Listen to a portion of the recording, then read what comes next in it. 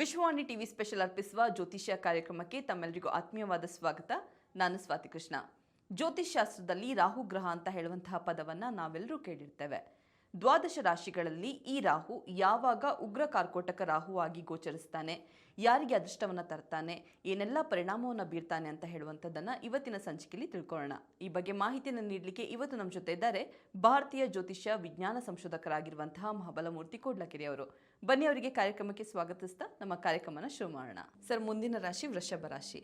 ಈಗ ವೃಷಭ ರಾಶಿಯವರ ಸಮಯ ಯಾವ ರೀತಿ ನಡೀತಾ ಇದೆ? ಇವರಿಗೇನಾದರೂ ರಾಹು ಗ್ರಹದಿಂದ ಕಾಟ ಇದೆಯಾ? ಅವರ ಅದೃಷ್ಟ ಹೇಗಿರುತ್ತೆ ಏನು ಅಂತ? ಈ ಉಗ್ರ ರಾಹು ಅಥವಾ ಘಾತಕ ರಾಹು ಅಥವಾ ನಾವು ಯಾವುದೇ ರೀತಿಯಲ್ಲೂ ಅಪಸವ್ಯದ ರಾಹು ಅಂತಾದಾಗ ಅದು ಈಗ ಅಂತಲ್ಲ, ಅದು ಜೀವನದ ಸಂದರ್ಭದಲ್ಲಿ ಅದನ್ನು ನಾವು ಅಳವಡಿಸ್ಕೊಳ್ಬೇಕಾಗತ್ತೆ. ಅದರಲ್ಲೂ ರಾಹುವಿನ ದಶಾ ನಡೀತಾ ಇರುವಂಥ ಸಂದರ್ಭ ಇದೆ ಅಂತಾದರೆ ಅದು ಭಾಳ ಜೋರಾದ ರೀತಿಯಲ್ಲಿ ತೊಂದರೆ. ಹಾಗೆ ಈಗ ಸೆಹ್ವಾಗ್ ಅಂಥವರು ಅದ್ಭುತವಾದಂತಹ ಇದನ್ನು ಏನು ಸಿಕ್ಸರನ್ನು 4 ಸಿಡಿಸ್ತಾ ಇದ್ರಲ್ಲ, ಅಂತಹ ಶಕ್ತಿ ಎಲ್ಲಿಂದ ಬಂತು ಅಂತ ಕೇಳಿದರೆ ಇದೇ ರಾಹುವಿನಿಂದ ಬಂದಿತ್ತು. ಅಂದರೆ ರಾಹು ಹೇಳುವವನು ಮನೆ ಹಾಳು ಅಂತಲ್ಲ, ಅವನು ಮನೆ ಹಾಳು ರೀತಿಯಲ್ಲಿ ಇದ್ದರೆ. ಈಗ ಭುಟ್ಟೋ, ಈಗ ನಮ್ಮ ನೆರೆ ದೇಶದ ಭುಟ್ಟೋ, ಜುಲ್ಫಿಕರ್ ಅಲಿ ಭುಟ್ಟೋ ಬಹಳ ಅಂದರೆ ಭಾರತೀಯರ ವಿರುದ್ಧ 1000 ವರ್ಷಗಳ ಧರ್ಮ ಯುದ್ಧವನ್ನು ಸಾರ್ತೇನೆ ಅಂತ ಕೊಚ್ಕೊಂಡಂಥ ಒಂದು ಅದ್ಭುತವಾದ ಧ್ವನಿ. ಆ ಇಡೀ ಭುಟ್ಟೋ ಮೇಲೆ ಪಾಕಿಸ್ತಾನ ಬಹಳ ದೊಡ್ಡ ನಿರೀಕ್ಷೆಯನ್ನು ಇಟ್ಕೊಂಡಿತ್ತು. ಆದರೆ ನಮ್ಮ ಜೀವನದ ಸಂದರ್ಭದಲ್ಲಿ ಏನಾಗುತ್ತೆ, ನಮ್ಮ ನಿರೀಕ್ಷೆಗಳು ಸರಿಯಾದ ರೀತಿಯಲ್ಲಿ ಎಲ್ಲವೂ ಅನುಕರಿಸುವಂತಹ ಸಂದರ್ಭ ಬಂದಾಗ ಕರೆಕ್ಟ್ ಅದು. ಆದರೆ ನಮ್ಮನ್ನು ಕುಗ್ಗಿಸುವಂಥ ರೀತಿಯಲ್ಲಿ ಇನ್ನೊಂದು ಶಕ್ತಿ, ಅಲ್ಲಿ ಸೇನೆಯ ಏನು ಇವತ್ತು ಒಂದು ಭೂಸೇನೆಯ ವರಿಷ್ಠರಾದಂಥ ಇವರು ಅವರ ವಿರುದ್ಧ ದಂಗೆ ಇದ್ದಾಗ ಏನಾಯಿತು, ಭುಟ್ಟೋ ಅವರು ಅಧಿಕಾರದಿಂದ ಕೆಳಗಿಳಿಬೇಕಾಯಿತು. ಅಧಿಕಾರದಿಂದ ಕೆಳಗಿಳಿದಿದ್ದು ಮಾತ್ರ ಅಲ್ಲ, ಅವರ ಮೇಲಿನ ಕೆಲವು ಆಪಾದನೆಗಳು. ಈ ಕೆಲವೊಂದು ಸಲ ರಾಜಕಾರಣದಲ್ಲಿ ಏನಾಗಿರ್ತವೆ ಅಂದರೆ, ನಮ್ಮಲ್ಲಿ ರಾಜಕಾರಣಿಗಳು ಹೇಳ್ತಾರೆ, ಕಾಲ ತಿರುಗತ್ತೆ, ನಾನು ಚಕ್ರವನ್ನು ತಿರುಗಿಸುವಂಥ ಕಾಲ ಬರುತ್ತೆ, ಆಗ ನಾನು ಏನು ಮಾಡಬೇಕು ಅದನ್ನು ಮಾಡ್ತೀನಿ. ಹಾಗೆ ನಮ್ಮೆಲ್ಲರ ಜೀವನದಲ್ಲೂ ಆ ಚಕ್ರ ತಿರುಗುವಂಥ ಒಂದು ಕಾಲ ಬರುತ್ತೆ. ನಾನು ಎಷ್ಟೇ ಇವತ್ತು ಸ್ಟ್ರಾಂಗ್ ಇರಬಹುದು, ಆದರೆ ಆ ಯಾವುದೋ ಒಂದು ತೊಂದರೆಯ ಮೂಲಕವಾಗಿ ಬರುವಂಥದ್ದು ವೃಷಭ ರಾಶಿಯವರಿಗೆ ಈ ರಾಹುವಿನ ಮೂಲಕವಾಗಿ ಬರಬೇಕು ಅಂತಾದರೆ ಬಲಾಢ್ಯರಾಗಿ ಕಂಡಂತಹ ಭುಟ್ಟೋ ಏನಂತಾರೆ, ವೀಕ್ ಆಗ್ತಾರೆ. ಅಷ್ಟೇ ಅಲ್ಲ, ರಾಜದ್ರೋಹದ ಆರೋಪದ ಮೇಲೆ ಅವರನ್ನು ಸೆರೆ ಹಿಡಿಯಲಾಗತ್ತೆ. ಅದು ವಿಚಾರಣೆ ನಂತರದಲ್ಲಿ ಅವರು ಮಾಡಿದಂಥ ಅಪರಾಧಕ್ಕೆ ಮರಣದಂಡನೆ ಶಿಕ್ಷೆ ಅಂತ ಏನಾಗುತ್ತೆ, ನಿರ್ಣಯ ಬರುತ್ತೆ. ಮರಣದಂಡನೆ ಶಿಕ್ಷೆ ಆಗಬೇಕು ಅಂತ ನೋಡಿ, ಈಗ ಬಾಂಗ್ಲಾದೇಶದಿಂದ ಇಲ್ಲಿ ಬಂದಂಥ ಮೇಡಮ್ ಹಸೀನಾ ಅವ್ರ ಮೇಲೂ ಅದಿದೆ. ಅವ್ರು ಹೇಳ್ತಾ ಇದ್ದಾರೆ, ಈಗ ಹೋಗ್ತೀನಿ ನಾನು, ಮರಣದಂಡನೆ ಕೊಡೋದಾದ್ರೆ ಕೊಡಲಿ. ಆದರೆ ಮರಣದಂಡನೆಯ ಘೋಷಣೆ ಹಿಂದಿನ ಈ ಒಂದು ಈಗ ಹೊಸದಾಗಿ ಚುನಾಯಿತವಾದಂಥ ಸರ್ಕಾರ ಬಂದಾಗ ಅದು ಹಾಗೆ ಆಗಲಿಕ್ಕಿಲ್ಲ ಅನ್ನುವಂಥ ಒಂದು ವಿಶೇಷ ಅವರಲ್ಲಿದೆ. ಆದರೆ ಹಿಂದಿನ ಒಂದು ಇನ್ನೂ ಚುನಾವಣೆಗಿಂತ ಮುಂಚೆ ಏನು ಒಂದು ಅಲ್ಲಿಯೇ ನಡೆದಂಥ ಟರ್ಮಾಯಿಲ್ ಮೂಲಕವಾಗಿ ಸರ್ಕಾರ ಬಂದಿತ್ತು, ಆಗ ಅಲ್ಲಿಗೆ ಹೋಗಿದ್ದರೆ ಗಲ್ಲಿಗೆ ಏರಿಸಿಬಿಡ್ಬೋದಿತ್ತು. ಆದರೆ ಇಲ್ಲ, ಅದಲ್ಲ ನಾನು ಹೇಳ್ತಾ ಇರೋದು. ಭುಟ್ಟೋ ಅವರಿಗೆ ಇದೇ ಉಗ್ರ ಕಾರ್ಕೋಟಕದ ಒಂದು ವಿಚಾರ, ಅವರು ವೃಷಭ ರಾಶಿಯವರು, ಅವರಿಗೆ ಇದ್ದಾಗ ಅವರನ್ನು ಅಲ್ಲಿ ಗಲ್ಲಿಗೆ ಏರಿಸಲಾಯಿತು. ಇಂಟರ್ನ್ಯಾಷನಲಿ ಬಹಳ ದೊಡ್ಡ ಏನು ಇದಿತ್ತು, ಭುಟ್ಟೋ ಅವರನ್ನು ಗಲ್ಲಿಗೆ ಏರಿಸಬಾರ್ದು, ಅವರನ್ನು ಬದುಕಿಸಬೇಕು ಅನ್ನುವಂಥ ಅನೇಕ ರೀತಿಯ ಒತ್ತಡ ಇದ್ದವು.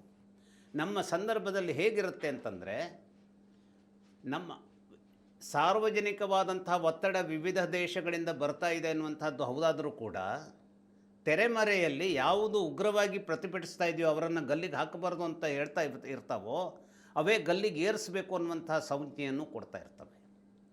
ಅಂಥದ್ದೇ ಒಂದು ಸಂದರ್ಭ ಇವರಿಗೂ ಬಂತು, ಯಾರಿಗೆ ಪರ್ವೇಜ್ ಮುಷರಫ್ ಅವರಿಗೂ ಬಂತು. ಆದರೆ ಅವರನ್ನು ಇಂಗ್ಲೆಂಡಿಗೆ ಹೋಗೋದಕ್ಕೆ ಬಿಟ್ಟರು. ಅಲ್ಲಿ ಅದು ಯಾವ್ಯಾವ ಸಂದರ್ಭದಲ್ಲಿ ಬಿಟ್ಟು ಹೋಗುತ್ತೆ, ಅದು ನಮಗೆ ನಡೀತಾ ಇರುವಂತಹ ಒಂದು ಗ್ರಹದ ಒಂದು ನಮಗೆ ಕೊಡುವಂಥ ಶಕ್ತಿಯ ಮೇಲಿರುತ್ತೆ. ಆದರೆ ಅನ್ಫಾರ್ಚುನೇಟ್ಲಿ ಭುಟ್ಟೋ ಅವರಿಗೆ ಅದು ಸಾಧ್ಯ ಆಗಲಿಲ್ಲ. ಇಂತಹದ್ದನ್ನೇ ಸಂದರ್ಭ ಮಾಡಿದಾಗ ನಮ್ಮ ಕರ್ನಾಟಕದ ರಾಜಕಾರಣಿಯೂ ಅಷ್ಟೇ. ನಮ್ಮ ಕರ್ನಾಟಕದ ಬಹುಮುಖ್ಯವಾದಂತಹ ರಾಜಕಾರಣಿ ಗುರುದಶಾದ ಸಂದರ್ಭದಲ್ಲಿ ಎಷ್ಟೊಂದು ರೀತಿಯ ಅದ್ಭುತವನ್ನು ಅವರು ಜೀವನದಲ್ಲಿ ಆ ಒಂದು ಯಶಸ್ಸನ್ನು ಪಡೆದರೋ, ಆದರೆ ಇದೇ ರಾಹುವಿನ ಮೂಲಕ, ಈ ರಾಹುವಿನ ಮೂಲಕ ಬರುವಂತಹ ಒಂದು ಏನು ವಿಷ ಏನಿದೆ ಅದು ಸೂರ್ಯ ಮತ್ತು ಚಂದ್ರರ ದೌರ್ಬಲ್ಯದಿಂದಾಗಿ ವೃಷಭ ರಾಶಿಯವರಾದಂಥ ಅವರು ಬಹಳಷ್ಟು ರೀತಿಯಲ್ಲಿ ತೊಂದರೆಗಳನ್ನು ಅನುಭವಿಸ್ತಾರೆ. ಇವನ್ ಅವರು ಸೆರೆಮನೆಗೆ ಹೋಗುವಂಥ ಸಂದರ್ಭ ಬರುತ್ತೆ. ಯಾವುದೋ ನಿರ್ದಿಷ್ಟವಾದಂತಹ ಒಂದು ಯಶಸ್ಸನ್ನು ಪಡೆಯಬೇಕು ಅನ್ನುವಲ್ಲಿ ಅದು ಬಹಳ ವಿಳಂಬವಾಗ್ತಾ ಹೋಗುತ್ತೆ. ಅಥವಾ ಇದೇ ಒಂದು ರಾಹು ಇನ್ನೂ ಯಾವುದೋ ಒಂದು ರೀತಿಯ ಮುಂದರಿದಂತಹ ರೀತಿಯ ತೊಂದರೆಗಳನ್ನು ಇನ್ನೂ ತರಬಹುದಾದಂಥದ್ದಕ್ಕೆ ಸಾಧ್ಯತೆ ಇರುತ್ತೆ. ಹಾಗೆಯೇ ವೃಷಭದ ರಾಹು ಉಗ್ರ ಕಾರ್ಕೋಟಕವಾಗಿ ದೋಷವಾಗಿ ಏನು ಇದ್ದಾಗ ಜಾತಕದಲ್ಲಿ ಈ ವಿಷಮ ದಾಂಪತ್ಯ ಅಲ್ಲ ಅದು, ಆದರೆ ಒಂದು ರೀತಿಯ ವಿಚಿತ್ರವಾದಂಥ ರೀತಿಯಲ್ಲಿ, ಈಗ ನಾನು ಅವರ ಹೆಸರು ಹೇಳಲಿಕ್ಕೆ ಹೋಗಲ್ಲ, ಈಗ ನಮ್ಮದೇ ಆಟಗಾರರನ್ನು ನಾವು ಹೇಳುವಂಥದ್ದಾದರೆ ಪರಸ್ಪರ ಗೆಳೆಯರಾಗಿರುವಂತಹ ಸಂದರ್ಭದ ಜನ ಯಾವುದೋ ಇನ್ನೊಬ್ಬನ ಗೆಳೆಯನ ಹೆಂಡತಿಯನ್ನೇ ಪ್ರೀತಿಸುವಂಥ, ಅವಳನ್ನು ಮದುವೆಯಾಗಿ ಬಿಡಬಹುದಾದಂಥ ಇಂತಹ ಸಂದರ್ಭಗಳು ಈ ರೀತಿಯಲ್ಲಿ, ಅಂದರೆ ಜನ ನಿರ್ದಿಷ್ಟವಾಗಿ ಈ ವಿಚಾರ ಸರಿಯೇ, ಅಂದರೆ ಈ ಮದುವೆಯನ್ನು ನೀನು ಮಾಡಿಕೊಡುವುದರ ಮೂಲಕ ಯಾವುದೋ ಒಂದು ರೀತಿಯ ಈ ಒಂದು ನಾವೇನು ಹೇಳ್ತೇವೆ ಸದಾಚಾರದ ವಿಚಾರವನ್ನು ಬಿಟ್ಟು ಇನ್ನೊಂದು ಯಾವುದೋ ಒಂದು ರೀತಿಯಲ್ಲಿ ಇಂಥದ್ದೊಂದು ದಾಂಪತ್ಯಕ್ಕೆ ಹೆಜ್ಜೆ ಇಡುವಂತಹ ಒಂದು ಸ್ಥಿತಿಯನ್ನು ನಿರ್ಮಾಣ, ಇಂತಹ ಅದ್ಭುತವಾದಂತಹ ಪ್ರಖ್ಯಾತಿಯನ್ನು ಹೊಂದಿದಂಥ ಮನುಷ್ಯ ಮಾಡಿಕೊಳ್ಬಹುದೇ ಅನ್ನುವಂಥ ಖಾರದ ಟೀಕೆ ಬರುವ ರೀತಿಯಲ್ಲಿ, ಅಂತಹ ಖಾರವಾದ ಟೀಕೆಯನ್ನು ಎದುರಿಸಿದ ಮೇಲೂ ಅದನ್ನು ಸ್ವೀಕರಿಸಿ ಆದಮೇಲೆ ಅಂತಹ ದಾಂಪತ್ಯದಲ್ಲಿ ಇರಬಹುದಾದಂತಹ ತೊಂದರೆ ಏನಿರ್ತವೆ ಅಂತಂದರೆ, ನೋಡಿ ಅವರ ಈಗ ಯಾವುದು ಹುಡುಗಿಯನ್ನು ಒಬ್ಬ ಮದುವೆ ಆದಂತಾದರೆ ಅಥವಾ ಒಬ್ಬ ಪ್ರಖ್ಯಾತನನ್ನು ಇನ್ನೊಬ್ಬಳು ಮದುವೆ ಆದರು ಅಂತಾದರೆ, ಅಲ್ಲಿ ಇರುವಂತಹ ಅವಳ ಮೊದಲನೆಯ ಗಂಡನ ಮಕ್ಕಳು ಅಥವಾ ಇವನ ಮೊದಲನೇ ಹೆಂಡತಿಯ ಮಕ್ಕಳು, ಅಲ್ಲೆಲ್ಲ ಒಂದು ಟ್ಯಾಂಡಮ್, ಅಲ್ಲೊಂದು ರೀತಿಯ ಸುಹಾಸಕರತೆಯನ್ನು ನಿರ್ಮಾಣ ಮಾಡೋದರಲ್ಲಿ ಶಾಂತಿಯನ್ನು ಕದಡಿಕೊಳ್ಳಬಹುದಾದಂತಹ ವಿಚಾರವನ್ನು ವೃಷಭದ ರಾಹು ಕಾರ್ಕೋಟಕ ಸ್ವರೂಪದ ಉಗ್ರತೆಯನ್ನು ವ್ಯಕ್ತಪಡಿಸ್ತಾ ಇರುವಂಥ ಸಂದರ್ಭದಲ್ಲಿ ನಿರ್ಮಾಣ ಮಾಡಬಹುದು. ಆದರೆ ಇದೇ ರಾಹು ಚಂದ್ರನ ಮೂಲಕವಾದಂತಹ ಯಾವುದೋ ದೃಷ್ಟಿಯ ಶಕ್ತಿಯನ್ನು ಪಡ್ಕೊಂಡಿದ್ದಾನೆ ಅಂತಾದರೆ, ಇದೇ ಏನು ಈ ವೃಷಭ ರಾಶಿಯವರಿಗೆ ಪರಮೋಚ್ಚವಾದಂತಹ ಸಾಧನೆಯನ್ನು ಜೀವನದಲ್ಲಿ ಮಾಡಬಹುದಾದಂತಹ ಶಕ್ತಿಯನ್ನು ಕೂಡ ಕೊಡ್ತಾರೆ. ಸಂಸಾರದಲ್ಲಿ ದಾಂಪತ್ಯದಲ್ಲಿ ಯಾವುದೇ ಅಶಾಂತಿ ಇರದೇ ಹೋದರೂ ಕೂಡ ಯಾವುದೋ ಒಂದು ರೀತಿಯ ಒಂದು ಸಂಯೋಜನೆಯಲ್ಲಿ ಮದುವೆಯಾದಂತಹ ಸಂದರ್ಭ ಬಂದಿದ್ದು ಪೂರ್ವದ ದಾಂಪತ್ಯದ ಮಕ್ಕಳ ಮೂಲಕವಾಗಿ ಪಡೆದಂಥ ಸಂತಾನದಲ್ಲಿ ಅಶಾಂತಿ ಇದ್ದಾಗ ಅದು ಇಂಡೈರೆಕ್ಟಾಗಿ ನಮ್ಮ ಅಶಾಂತಿಯೂ ಆಗುತ್ತೆ. ನಮ್ಮ ಮಕ್ಕಳು ಶಾಂತಿಯಿಂದ ಇದ್ದಾರೆ ಅಂತಾದರೆ ನಾವು ಶಾಂತಿಯಿಂದ ಇರ್ತೇವೆ. ಕೆಲವು ಸಲ ನಮ್ಮದೇನೂ ಬೇಡ, ನನಗೇನೂ ಅವಶ್ಯಕತೆ ಇಲ್ಲ, ನನ್ನ ಮಗ ಒಳ್ಳೆಯದಿದ್ದ, ನನ್ನ ಮಗಳು ಒಳ್ಳೆಯದಿದ್ದರಾಯಿತು. ಆದರೆ ಅದು ಆಗಿರೋದಿಲ್ಲ, ಅಷ್ಟು ಸುಲಭವಾಗಿರೋದಿಲ್ಲ. ನನ್ನ ಹತ್ರ ಕೋಟಿಗಟ್ಟಲೆ ಹಣ ಇರುತ್ತೆ, ಆದರೆ ನನ್ನ ಮಗಳು ನನ್ನ ಮಗನೋ ಒದ್ದಾಡ್ತಾ ಇರುವಾಗ ಅಥವಾ ಮಕ್ಕಳಲ್ಲಿಯೇ ತೊಂದರೆ ಬಂದಾಗ ಇಂಥದ್ದನ್ನೆಲ್ಲ ಸೃಷ್ಟಿ ಮಾಡುವಂಥದ್ದನ್ನು ಈ ವೃಷಭದ ದುಷ್ಟರಾಹು ಮಾಡುವಂಥದ್ದಕ್ಕೆ ಸಾಧ್ಯತೆ ಇರುತ್ತೆ.